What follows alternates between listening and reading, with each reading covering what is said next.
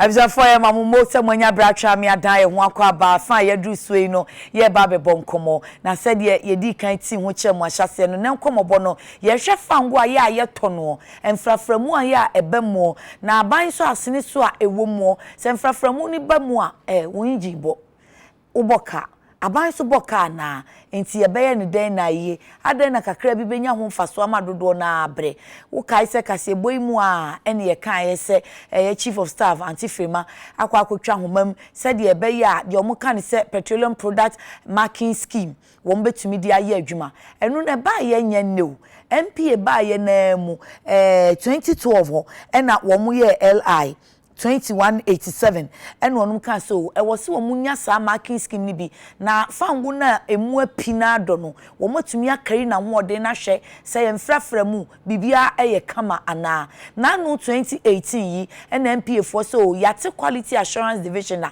wo mbehwe so amayen say sa PPMC ebetumi aye adwuma ye na so te wanti frema kasa ni mi say ekoso de ye twefa boda no da nchen a de premix afarefo de ekura ye hu omobo ye hu abo ya afo omobo premix de yafrem crazy a ye de kwa akura ase yafrem gas wire gasoline enu so yafrem hwan mu ne frem mo no de enti no mo frem omobuta ye ni san ni nsunsu aso eni san enkomo no tofa bo eni ewura no manwumre ye ne wo mo ebedi nkomo yi owura Francis Bonsu wo ye quality control and assurance expert eti pese wo mo ema ya no ho ba se quality na ebadwa so no eye ana enye wa wo koto be de hu bi kura anhwe bugum fele mame me to say wo ne gada makosi wo ye de hu sade yi ye mfremu ana ya frem owura Dankan Amwa birthday man eneye na woda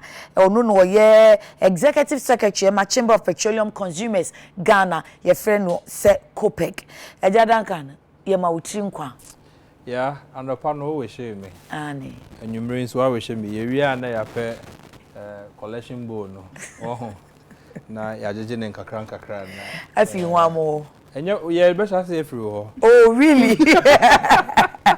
the auto eja Dankan Amwa birthday man so no Unauthorized ansa ye risk management officer of the Association of Oil Marketing Companies omo de no tia watwam OMC anase filling station for no omo so ne ehia wo bo no enti full set yalande eja Amwa ma me sha se wo so anye bia aban da so eso yasene wo fu omo ye wo subsidy wo fu so yeah, nya subsidy of fuel also forever. As a matter of fact, now in name there was a subsidy, but I buying to ya.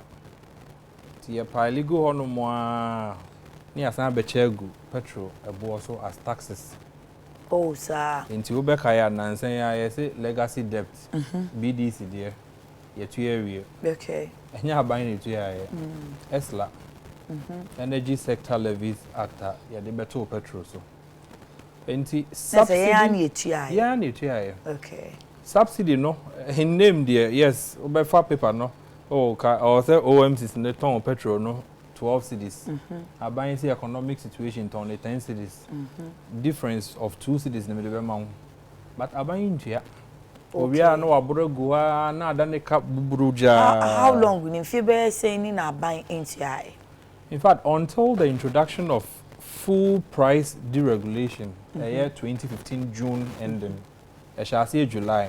Okay. Now I'm buying 8-year forex overruns. And all those Sikana Ekeka, no, BDC is needed full or bar because also Moko Finance Ministry to see clearance here. Tony say MPA say or Montoni say Moton 12 Ghana for home better or Montoni 10.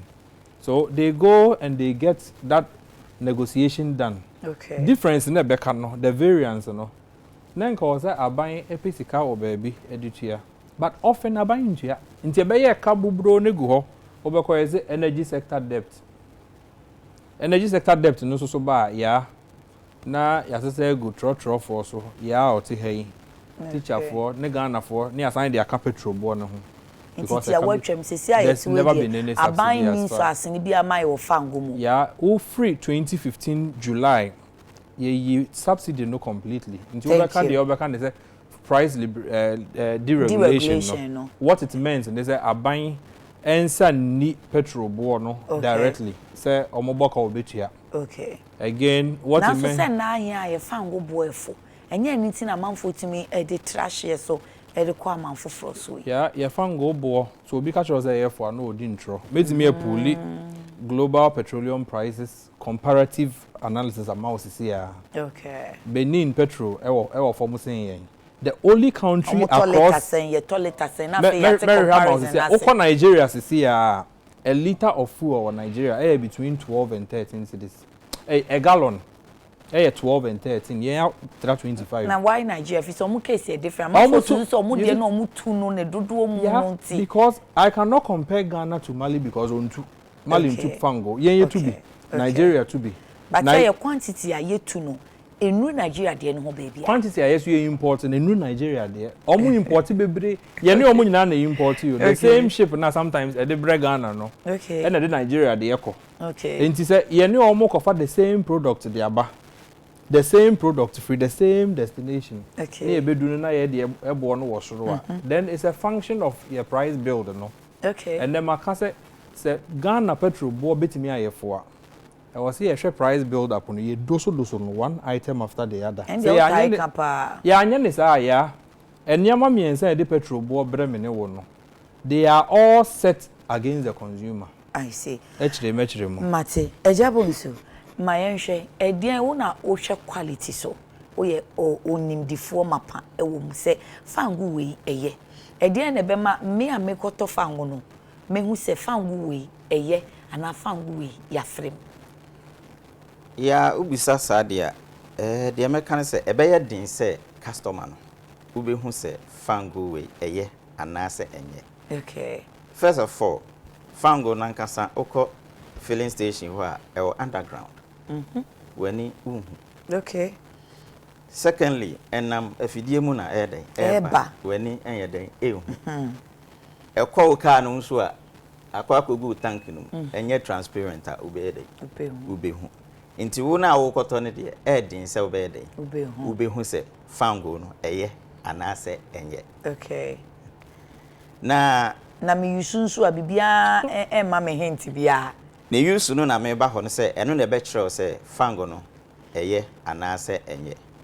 Se fango na udi agu ukanum se enye for intended purpose of your car anase quality no enye ma car na enye den na car no ebenya obehu sentrani bi ewo car no mu se de me car ne lesi nantiem enye sa na afi eyede nante.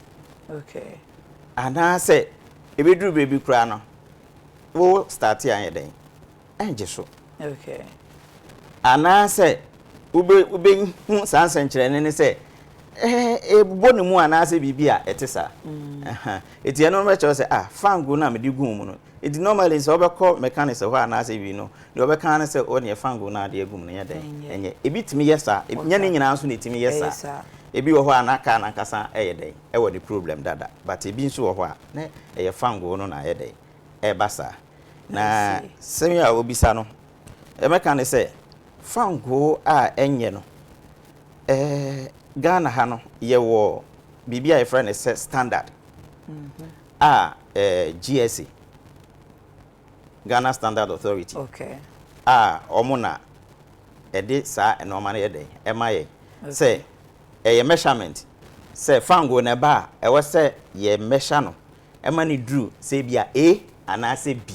Okay. And ye hu say eye oman bia ewo ni measurement. Okay. Na measurement na ye kan so no quality different from measurement but omu nyina den edi ensanwo so eti ya insu ya odi amami me se me nom akomeyem eti me nom akomeyem ema me yefun anase enye ema me yefun ene yemfa ensu ahyenso I mean standard bi ntu ho. Okay. Susudua bi ento ho se edru se ya ena ema enipadua no. Okay. Na se enrusa ana se etrasa enye ema enipadua.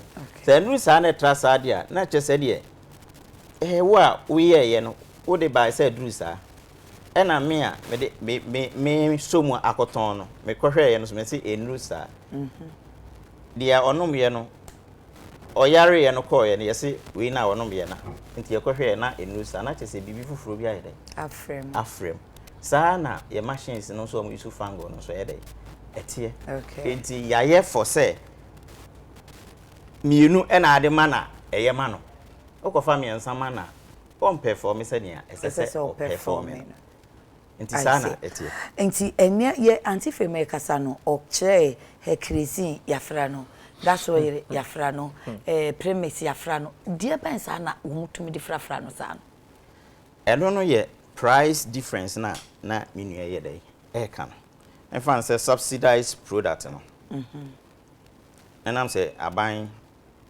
e dey subsidy bi atoso ninti no no but say say you need products we are subsidizing in terms of fuel no you need subsidy ana premix no and no dear premix dear subsidized MR5 okay and you know mo divert no because you say ateso kakra nti omo ya no mo dear no so akofra dear ye nimu ne quality assurance it is a price no okay price no ebo form o baby a na me hu say me we so ne board me so pemfa so bebre ya bottle ne ye cheaper also the war way e was am go fa na me dey the war way nje petroleum product na bi ne de frafra ne nyina ye petroleum ne nyina ye hydrocarbon okay ne nyina ye hydrocarbon na hydrocarbon de me kakra indicate amanfo ne say ye crude oil na e no ma bebre e dey e frumu ba okay ni aye ton ye stations ne ade no diesel ne ye friend say petrol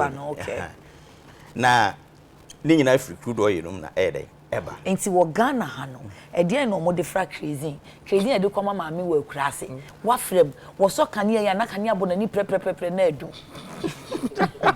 mo sere nkwase fo asem ya pa na kane ya na edu e dey na mo de afra no sa ni say ye produce sa fango ni nyina wi a ni nyina no you can say you need this okay enti you fan say petrol eben kerosene kakra okay kerosene so ben diesel kakra okay enti say okọ be a friend say distillation column hodoma refinery no refinery ye start here free diesel beba kero beba didi kan diesel na kero aba na friend say petrol no aba okay na fan say gases no enso to ase ana say light product no enso so dey e wo so okay enti ebi etoatoa so enti hu say we ni we no ben kakra metimi de we afra we ebe yi okay eni a chese ebetimi kura de kerosene afra diesel aton ebetimi de kerosene afra diesel aton ebetimi de diesel so kerosene here can say some machine na ye no eye for that purpose one is it fit for that purpose okay it's not fit lantern crazy no wo hwehwe and I say obi ga car engine a ono wo hwehwe diesel and petrol okay ebia ne energy a ema okay it is me car no ne ehia more energy na mkofa kero eguma less ema me less energy na me ha me car okay mesa ba eja danka onu ma bebusa sa asem kro na ase na nsem hu se na mu kodwa so wo de wo nim adwuma no mu a wo ka no se de etie nso mu ko ye mutum detect hu niema na omo de afrafra ni bi efisa amafo omo to super any diesel especially omo complain pa yeah wo de wani kan wo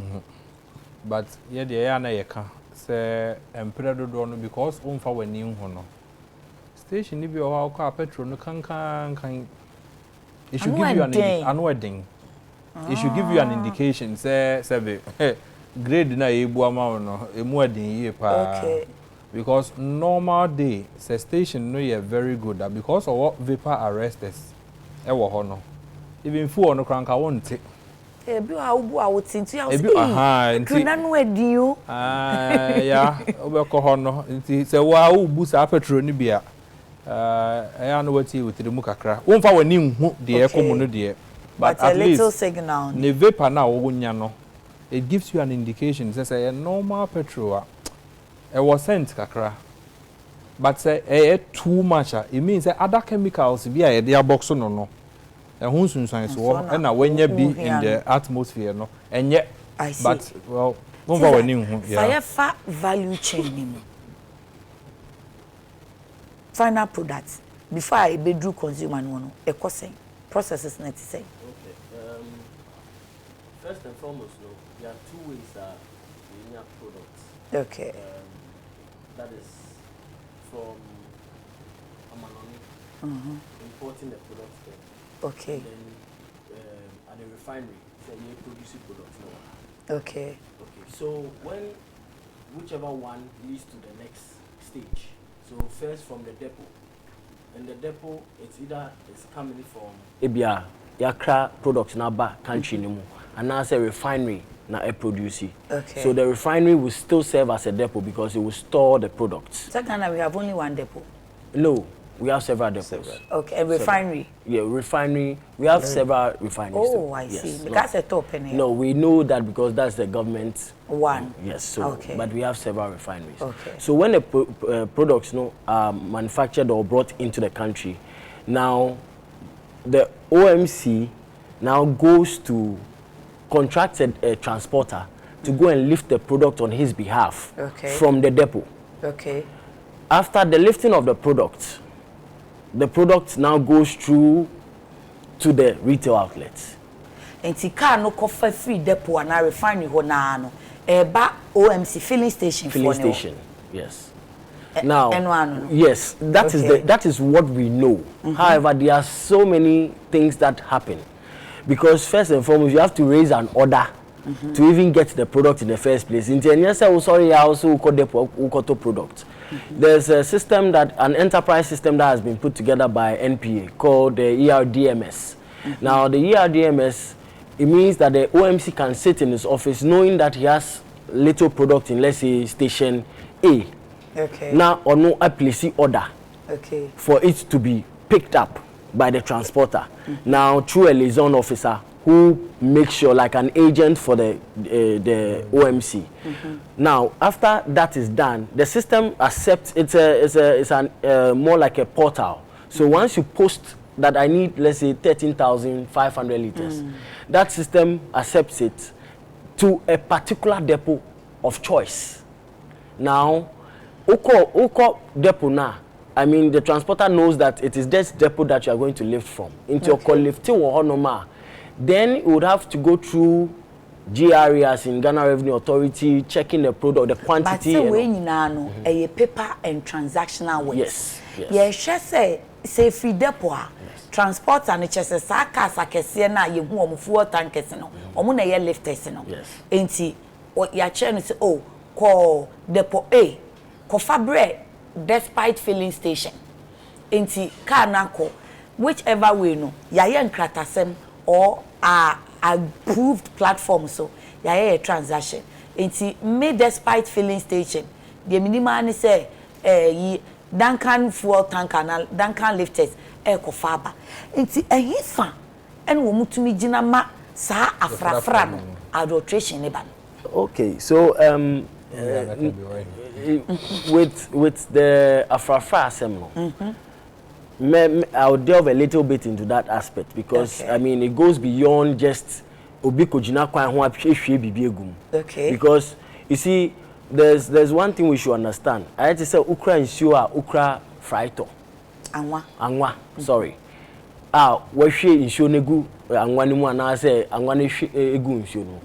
Mix it. So for somebody to even start by blending two products to get a wholesome product no. Nipa no wo enimdie wo ho. That's the first point of call. Okay. Now the second aspect is that you see so uko lifty products from the depot now. I mean it's like you said it's transactional. But there's a process that is being done now. I mean from the time of the introduction of the LI 2187 no buy product marking scheme no buy. Yeah. It stipulates that no petroleum products leaves any depot to a filling station without it being marked. Not say the quality now. You see, the quality aspect is the issue. Okay. Now we are looking at the wholesomeness of the product you picked. Okay. Not the quality. The wholesomeness. Would the OJ 13,500 now OJ no. And one now they kwa na. Na and one now they kono. There's something that has to be done to be able to be sure. They will put in what we call a marker. Introduce a marker based on the quantity of OJ. Into OJ 13.5, maybe I 1 drop no mbema 1 drop. Okay. OJ 27,000 the number of drops as per chart or more no. Okay. But here is the case, sir. There are different products we are lifting from the different depots. Okay. So they need to be sure that the marker that has been put in tanker A is as it is. There are adulterants that you can use. Into they are frame no. Into anwana sem na eka ni nsuo no. Yemfa ne se anwa no ense se ko nsuo mu. So ye di bibi beto nsuo de animu. Se na ebe ya na ye di bibi beto anwa ne mu. Se na ebe ya se odi anwa ne fra. Ye ba station na ebe testia. As in NPA be testia. They would be able to tell that odi bibi afrem na dia odi from ni ya anwa. Based on marker na ewo. But still, eja Duncan. Wachechi mo no de wache na adwuma mu brofo. But ehin fa na efra no said you okay de. Ene e depofo no ne ebebusa wo mu. Say ebia wo ne droben, ebia wo ne kwan. Enti se ka no nkogina baabi ye de marker tum. Say udi bi kosom, udi bi kofrem a ye behu a. Eye dan na afa di afrafra ne ba. Hin fa no wo mu gina ma afrafra ne ba. Yeah, onim say de kind of pain. Men kind of bro for Vancouver baby. Afra na chief of staff kan ye no. No kre omo frem. Ewo ho. Enye obia. They are very responsible stations that they won't allow those things. So omo to say wo ye dealer bi, wa ko dis abone na. They can just take everything from you. Okay. Stations e bi wo ho bebre, they won't allow. Okay. E bi mo so sebe edufude eni sikape. Petrol ya ye wo ya. Omunya lubricants ne kakra de wona. Volume ne be boost bebre. Enti se agi a ye beje wo license a wo de be ye adwuma na na. Wakodi bone no. But wo say yako obi akọ boost product. Omo ye be discharge product na ma wo filling station na say wo ninim de. Okay. Oh, when you ho no ye nya kakra lubricants kakra de wona. Immediately new product no be expanded. Into the aqua underground no bebre. Ubenya wo shortages kakra. Again, adulteration. That means who filling station rano. Ubenya more than who expected. Ubenya more at the time, but later no. Height never drop it because what happened was artificial. Tricks womu. Again, yeah, what tank yards ni bebre. Omu dijuma said yes. A lot of them are law abiding. You may find a few of the tank yard no so over corner war no a change record there. Okay. Ujina bontin a unhumu ya ne tua egu sa yards ni bi mu na nya de ketwa. Eye OMC for ni ho. Ana depot for ni ho. Ya fa fu on free depot no. Oh said me nuen obeye careful kakra. Ontimi nka ni nyina. Ye trotro for ni de be kan ni nyina. Ya. Kana meetie. Omo wo say mako load every chase, mako load every bust, mako load every mako fa product on every depot. Are there sentiment me afa anko e bi answer wam. Okay. Me de call yard. Chief of staff asam no kan so, when they na. So me lift ya na a whole lot of things will happen on the way. Open say Ghana nye. But chief of staff say adulteration. Yeah. Chief of staff say adulteration. Adulteration really occurs. Okay. A lot of the stations will not allow. They don't want to hear about it because over say amount for engines. In the over stations ni bia cars akese etofu o mo hono na. Say we a dealer now ko yes adulteration na ugu o modwuma kra. Because na government of vehicles ibebre e betofu o. And stations in pesa no. And also a chess stations no omunim this deal ana nti na ye no say ye cartel and yes say ba kufuo bi lifter no na o fremu ana depo nu nko na fremu adie omo mo di say adwane wo ho ya tie ti say de on special ice obenya omo nso so a obi nso betimi atwa special ice here bi e be twa na nice one na ebu pipe agumama people specialize in duplicating. People specialize in adultery. But in this case, in some businesses they say on chain and value chain. In this case, the system doesn't allow. Apart from the consumer, the rest who are in the value chain, no. Yeah, you must have that knowledge. Okay, yeah. If you don't have the knowledge, if you don't have the knowledge, won't mean yet. Tina meka say insuo no. Your planter, a bit me a bottle way amount. Okay. Anyway, be muso mutimi do monsa bottle ne pepe. Every way ni be a phone. Some people have specialized in adulteration. Almost failed, no. Ah, yeah. Premix here and say catcher was a ira no. What is it? I could be a good park so. What is a classroom? Be okay na premix. Yeah, the almost yard in Nibio or the call anajo. Over 12 o'clock. Uti anye ya na some of the time police for na koto so anka also mo arrest you mo almost ko jo mo kakra ani esika wompa ya obi asete ne yard si ho asesa tank overhead tanks ni bi enti ye kotwe product ni bia good one ne ba so onya good one no full one say na wanya premix so full one say ya say onya good one ne ba ko no onya premix mienu a say over 3 tankers so okay. In says of our cotton premix no 7 cedis a gallon. Not good one, not only 20 cedis, whatever no. Or the premix never work good one no. Okay. Into obey no not in says premix by 7 cedis, weigh 20 cedis no. Premix no, say only premix or good food or 20 cedis me. It's money. They need to make money. So they will make money. That is where MPA has a job. That is where National Security has a job. That is where Service Standards Board and any other body interested in regulation, ejuma. So you must go around to check. Say for na mark you know. Mark here to differentiate the product. Yeah, go around it because micro many encounter be a fear. And communicate me more. Ejabonso. Sa PPMS no. Kwan ben so na fa eye adwuma. Na mayenya quality ayeken. Eno eye MPA fu adwuma. In fact, me ntimi nkyerkyere mu bebre sanse me shede nim papa senia omosi efa so eye no sanse omo amma yen omo amma OMCC no hu senia isitie omo kyerkyere mu kyerɛ but sesei ena me ya me kyerɛ sɛ wa feli ana sei na me ya kyerɛ sɛ wa pass omo amomo na se OMCC no mo no mo de be use wo mo so enti ade enti na wo hu na wo so wa ye homework ye na wa pass so is by mark is by concentration level. Okay. Enti percentage concentration ben na midura ma pass.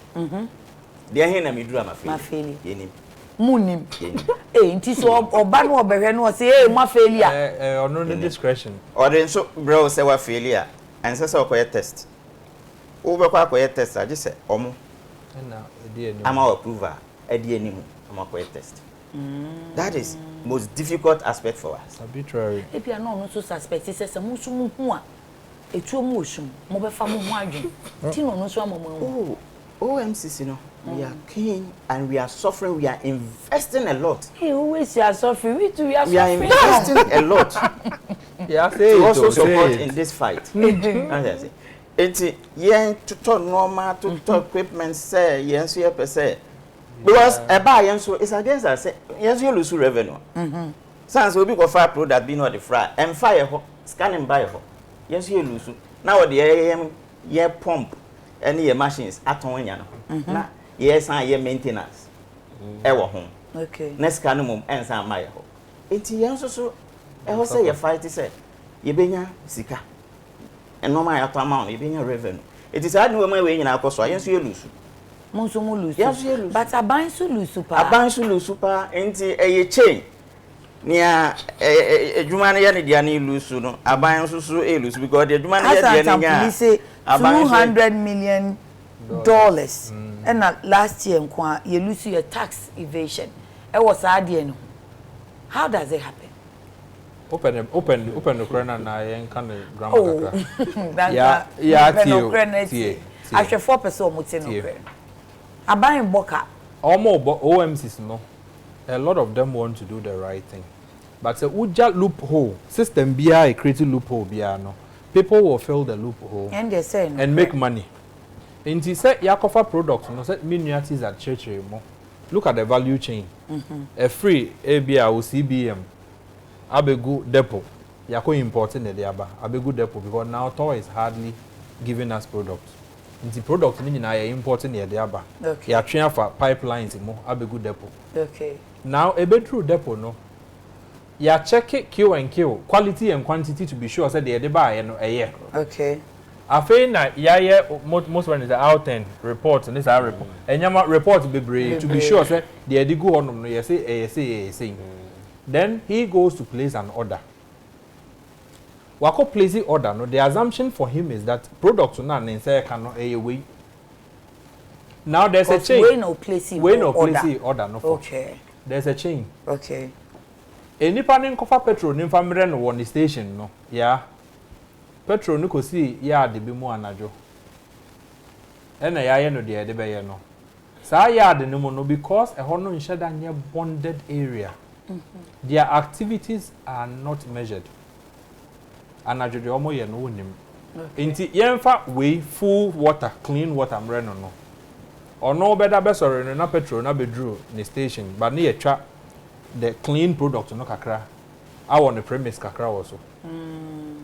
Our buying so subsidize the premix. Tio. Okay. And so our buying no premix na in ken fishermen no na anko no. Ebi abepi ono ni fuel station. But only innocently he has taken his product. And again, they are also not able to test.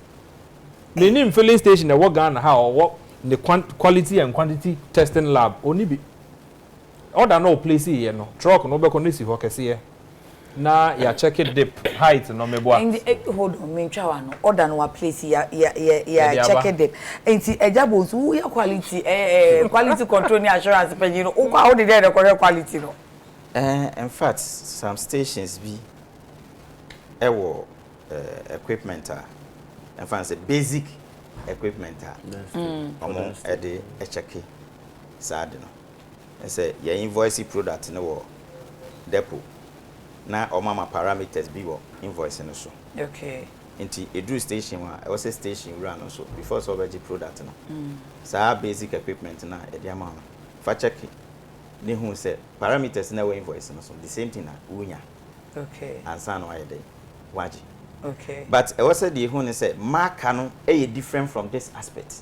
Marker no different from. Eno ye a drew into marker no basically enye say it's about quality. Say me ba na say me be check it color ni me be check it na say afeli na me the collab na quality no kwa is within standard krana wa feel oh nti maka no obede pa na aboaye na say kwasiko no ogina kwantia maka no sinto da so wom me na ya ne say de na ma me kura kan sa adulteration no ni ade no nti maka na be check ya me ehu won e na ade no so ye say petroleum product marking scheme. Yeah, in a way it checks it. In a very nice way it does check. How? Because say Fande say marking not to differentiate your product. Yes. Basically. And the marking is to say Ebema wa say we Ghana petrol aye use ne say color no e blue a. Oka say wo dey be called burkina because here mark you know. That color could be orange. It could be any other color. It could be gold. Okay. Say Ghana the any blue a. Say oba no obe check it for o product no or pick sample. Na onya any other color. The possibility say wa frame no high man no. Okay. Because what he or yeah what depot honom that should have come to you no blue. Okay. And as a red. Okay. And they also kita na pink. Okay. Or some other color. So the marking physically you can tell say product we no ya won kakra. But that alone cannot solve adulteration and make no. Thank you. Tizad, adana muso muko jifu na musi o ye de kobokina. afa ye behwa na ba be siga na dwa so oh ye de ko western north ye behwa na eti akra ashama I don't know OMC mu yesa mu bia na mu besu se mu so de mu ni mu hwe na dan kana mu aso kema na innocently I don't think say sanet here because won't mean G products just by yourself and as an OMC just to say that I'm sending it to, let's say, Burkina Faso. Okay. You should have an export license first. And yes, oh, sorry, and also yeah, export. No, OMCs don't do that. To be able to do that, you need an export license to be able to do that. That's the first one. The second one is that, yes, there might be some OMCs who do that, or some transporters who do that. But then, I say, if you be a mensa, that's the first point. So, there are these people, we will call them Potokasa, unscrupulous, greedy people who want to make more money because of the comparison between prices of petroleum products. Okay. Does that mean you're in the car? You see, sometimes somebody might use lubricants in your product. The same okay. And it is possible, just like you are adding. I mean, when you look at the formation of premix, for instance, there's a bit of lubricant in there. Okay. You understand? So, I mean, Obi with the knowledge can. I said it in the earlier period that Obi with the knowledge can actually formulate a product. And I mean, people who want to get to their wits' end of this issue say, "Opeso yesika womono." Ono enfano say obekwa employ professor bia ono ye chemistry bias and now say BB just to be able to do this. But you see, but the point is, what is the end product? Illegal funds. You want to take it to spoil other people's engines, components of their cars, evade taxes, and then bring our economy down. That's the problem. For us, you know, you know differently because you see, my brother no kasa and quality assurance expert no. Or can be say we lose not just the products that we don't sell, but then we lose with respect to maintenance of our equipment, and not just that alone. Just imagine, say, more equipment yes, for dispensing a product. Young fan say, a product, a dispenser no has been designed only to run a diesel of a certain density and flash point. Now, the problem is that now you are going to incorporate petrol, let's say petrol in the diesel. It means that that flash point has changed. The density has changed. The components of that dispenser cannot withhold what you are now putting in, which means that it better take a lifespan of 5 years before the dispenser to spoil. Now, make in the next year or two. Oh, I see. So it's a cost component. But most no problem. It is a because more quality assurance for honor dear. It's a problem. The system that is being run no, is, I will call it a semi-foolproof system. I will add the bits that will make it full. Okay. Now, you've work of a product depot. Okay. You have contracted by the laws of, I mean the LI 2187. No? Okay. It says that you have contracted somebody to pick products on your behalf. So whatever happens to the product, it's your case. Now, the problem is that we would wish to know the concentration because, I mean, just imagine, say, you take 13,500 liters of a truck. You are supposed to pay your chart. NPA personnel no, is supposed to dope the product or with, let's say, two market products, no. Okay. Into market no, with, let's say, 2 mils of, let's say, salt. Okay. Sorry, 2 grams of salt. Okay. Because I salt. 2 grams of salt. Now, that's your chart. Obano, you're mistaken on marking 2.5 grams. You know what you have just done? You have altered my product, which means me the product, no, because discharge it into my storage tank now. When NPA comes to test it, I'll fail. Meanwhile, the product nearby, no. When I check the density of the product, it's correct. And I just said, the marker na auction wrongly. No. So it's not as if say, no did dopey and no neighbors. Well, no, Wabro so mistakenly. That's what I'm saying. Now we from the receiving end, no, oh yeah. Dia oye no say okay. And one say we no now what sign say say wa market. But as to what he put in, you don't know. Yeah, so I will receiving side. Your problem they say you need to be to say send a pregnancy test kit we no. Say oh feel say onyem into odi Johnson test no agu Johnson say oh yeah menyem.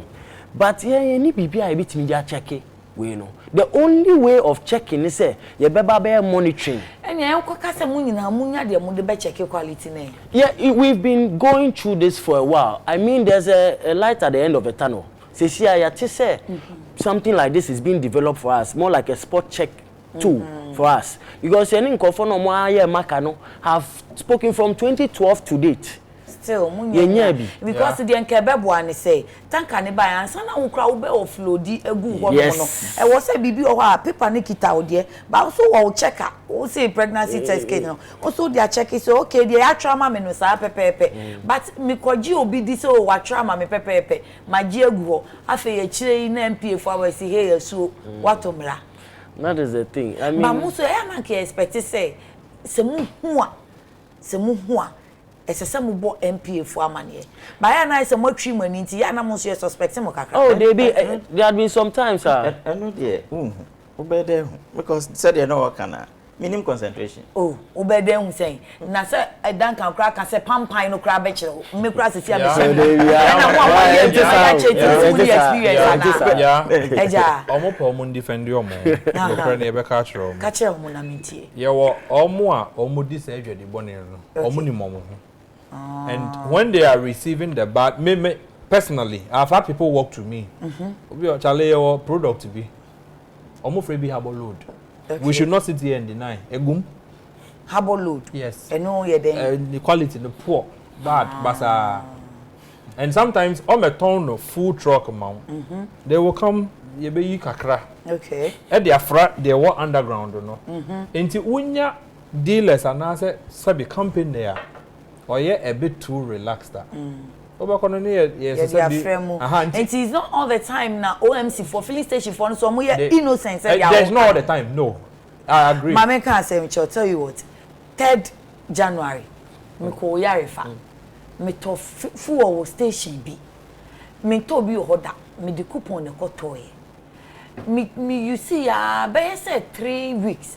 Na you unusual because me was regular place yes so you see regular place a boa wo engine no ti mo regular place efie adwuma sorry so once a week enti me route no I mean just triangle enti me na me monitor me catch my that box go yi be pa because me twa be ti me kram say na ade no entom me call back to me regular place ho no me say less than 2 weeks Adena answer me say na da mu de ne de ye den yeah omo nton ne ni nyina anyepe nti na watchi me say na mo network mo carry go for akofa new product higher me bo mo din so that the other OMCs no omo be sua omo no me mo credit yeah David no negative ayeka enya na e be didi o matem enya sa I say no ma be say obi brand yes say obi a brand yet I'm saying petrol no you want the grade said the menua e sha say o kan ye na I say bottled water sachet water okay and your tap water. Sachet water may be of a little quality because I know you're purified. Way a higher quality than maybe the sachet. And I will call sparkling water. Yeah. And so they are grades of the petroleum product. Sure. Ammonium. So you frame na containing all the chemical elements. Okay. Some of the stations also add additivations. And also your things to enhance or petrol no na ho ode bia ode begumu a ebeboa no nti wo beto na mo de agumu dada na se de eboa wo engine no ede wo ko more ya ka se efiri mra ya ko hwehwe sa ya standard ya wo sisi ya no RON 91. Research octane number 91 no. And then a standard no. And only a standard is here. Okay. But that fuel no, any one thing the na use to see no. 91 no. Oko almost petrochemical whatever. The research octane number no. The higher the better. Okay. Into Europe and US for the almost movie from 91 long ago. Almost you saying 95, 97. Okay. And I had also 91. Okay. Yeah, into Waka maybe a year or two wahano. Then one started a bomb. Meanwhile, I can't 10 years any of the bro. Look at the imported cars second hand. And now in we see no so ebane. Because they will feed the engine no. We have no cry no the old dear Diane Basa. Wow, Kosha baby. Wow, so instead for us to do better as a country, no. In the 90s, yes, you refinery na no. On to me my higher octane, no. Okay. In the Yenfa 91, nessa. Oh, in the same space, no. Cars a wagon and do na ya dada. Into the higher spec of petrol, no. Mwa. Times have changed 20 years after. And your refinery is hardly giving you products. Nini na ye ko importing ye deba. Baby, I will import every no.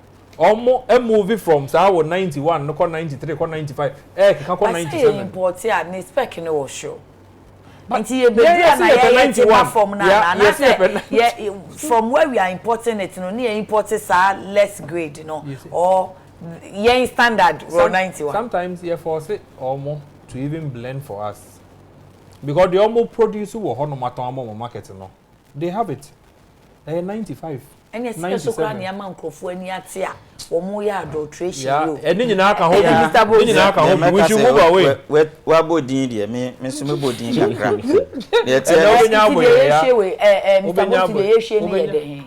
Obenya boye. Aha. Yes. We ni 91 no. We 91. 91 kokoro no. Kokoro no. Okay. Eti ya sa de we ebeboa to check the adulteration.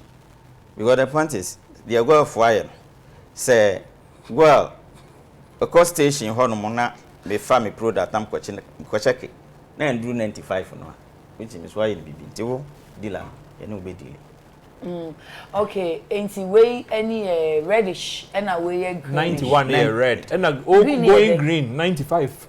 Ah, na say kan papa mu de we say any green emission. Green and that one works far better. Yeah, that's what 91. And climate change, you know. Yeah, so I'm coming also per time. Now, Ghana be change standard. Now you freeze alcohol na si hot no. The Europeans they've moved 20 years ago. And that's what we alcohol no. Mr. Boss, you ain't me green who be man ye. I want to be around. I want to be around. Ah, also well, take this stand say omo this we be so omo the new one in the green. Nti other so from right. Omo din die. Yeah, we are betua. But betua say omo di bone na yenka. Ti omo di bone na yenka. Okay. Die omo ye no me. Enti say see an omo di around 90 say. 5 enti 91 That is what the Americans are giving to their people. So America catch us a premium. They are doing this in 97. But those one now no go so. E wo dwa so tizard. Obeti say Q power. No. Q power, R power. Any dem mo sheda me man di bi hu kota no obisa say who pay the spec in the wash na and we drew green. Yes, I mean you see I no say no. To say some kind it's been activated. The additives be to make the performance better. Okay. Inti won't say we know I will say around 95 and you say no. It gives you some performance. Now on my research to know that when we are able to let's say blend it with certain additives, we'll be able to get that performance. Which one? I mean, Q power I mean, it does not. You see, it has to be moved from one point to the other. Okay. So most often than not, no. Once performance, we know, rating, no. They actually add as they add, they depreciate the run too. What I say, even though so that means the fee and particles. Baby, how do you know it is at the impedance? The whole thing is it's all about performance. Okay. What say? I had to say, Udi boosters egu bibimu to get the same effect. To get the same effect as the Ron 95 would have done. Okay. So that is it. Baby muni muna muko out no muni media houses be call out na muko ako check fuel stations o muton quality for right enu no oni omo wi ayen okay enu no enye NPA oye regulator na say o come monitor hu say de omu share ya omu ka say quality ni emiti yen marking scheme no nti enu na eton yi ono ye ne de e wo akire na wa fine okay yen so aye to no so no sometimes ye ni na ho nti yeso ye de ni ko hwehwe bi okay nti na say ebinum ka za omo de 95 na ba no na ya ye nyini okay nti ye de ni ko di akire ti se dwada de ye ko ye no we wanted to be sure say ade na ebinum ton na boden no eno a na mo so mo de aba mo se mo de the same price no old price na mo beton ana ye de ni ko hwe ye okay nti na meti ha ya me ka kire o se omo ye na nya ye bebo omudin edi omatam okay but se omo ye na ya se me no wo ka say ebia ma omo de emu from 91 to 95 enne omo ton regular price ye mfa 1 peso anka ho nti sana mansan jaso no 91 and 95 no bo no e the same ana yeah it means he said the okofa 95 no wako negotiate better on the supplier na kwatena say look sa 91 ne yempe ya my 95 so my 95 ameko be foforo okay Mr. Bonso ya amanfort yete say anajo koto fuel na enche sabre nu na kanana no koso amanfo a whole lot of stories time ben na yeto fuel na mutumi pumping from mama yen I say be told this say so e from anwa hu so say show mi bu o so na frama time ben na ya mo yes ano ya metete we say binum say yabu emframa ya dey amame independent on the type no say whether you too hot product no expanding and there are more vapor on the surface of the product.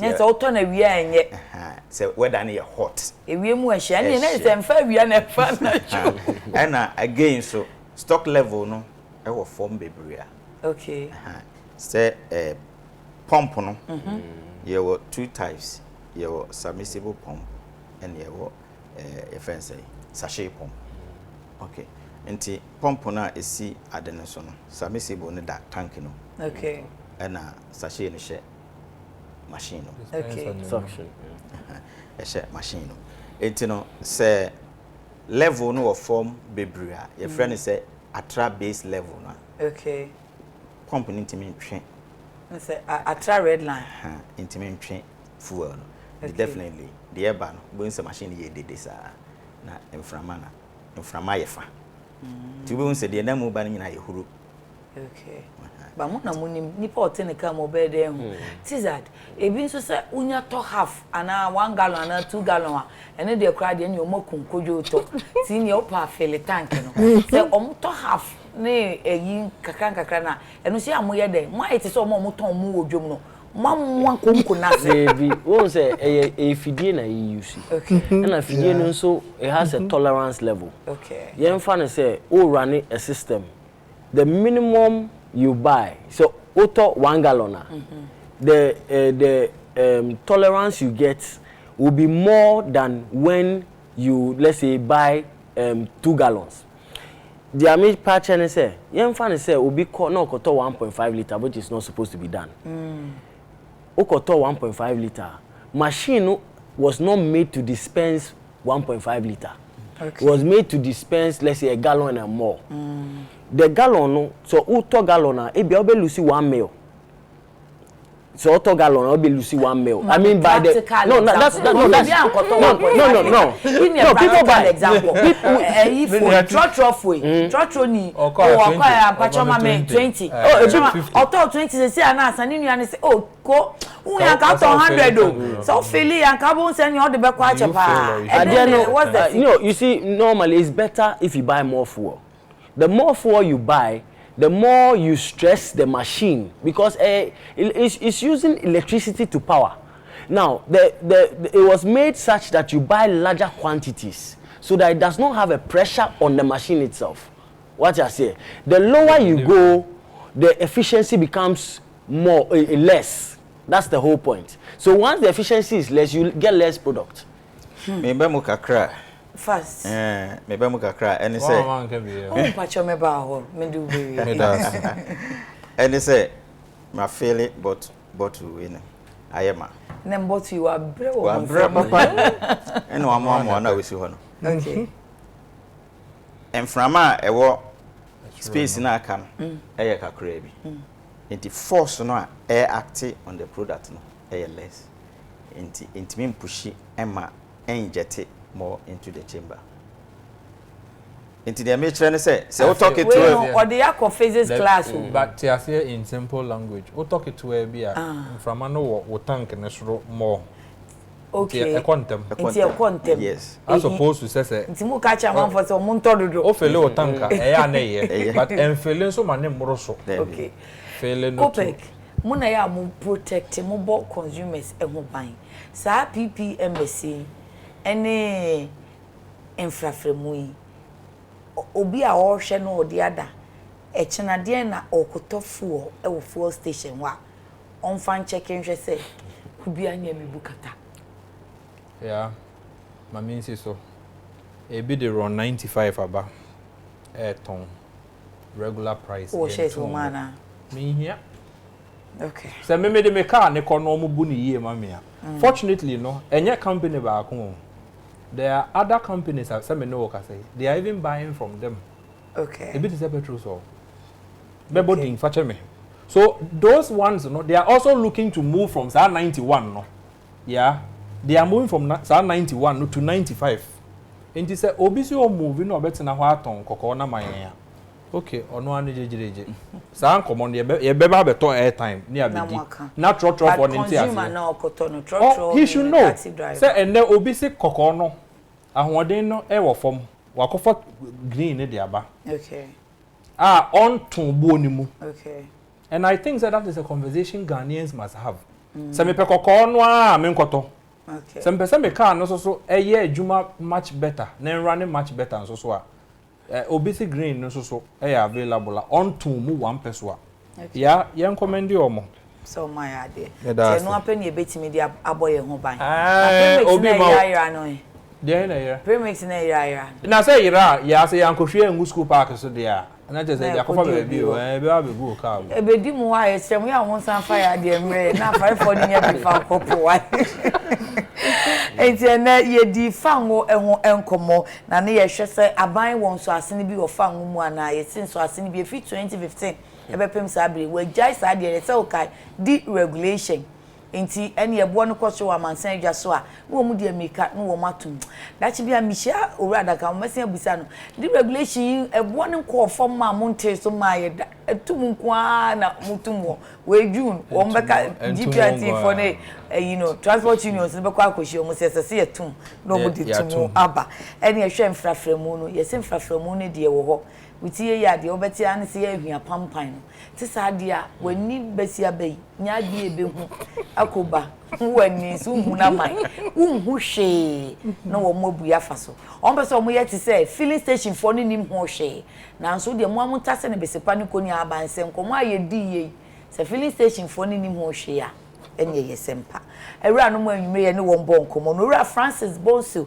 quality control and assurance expert ono ena oteminsa benkum so peyi the oteto ano no ewura dankanamo a we executive secretary ma Chamber of Petroleum Consumers Ghana na ye na woda ya ma ne chinkwa enura Tizard Ansa or your risk management officer or your association of oil marketing companies wo mu na chese wo mu from filling station for no mu enkabom kono or your risk management officer wo ho on the okabrofo pa fi se chi no nhyeda nti papa nti mu fan che ewura no ye da mo ase ye da mo ase se mo de mo nna ne bia fam yen ama ye timi edi nkomo ya ye wogidie se abo ahwefo ene abusua de da yekoso ya ne pichi ye si ha emamudie nwunu emamudayie o ya kunama meni afi akire ene de kase bone brem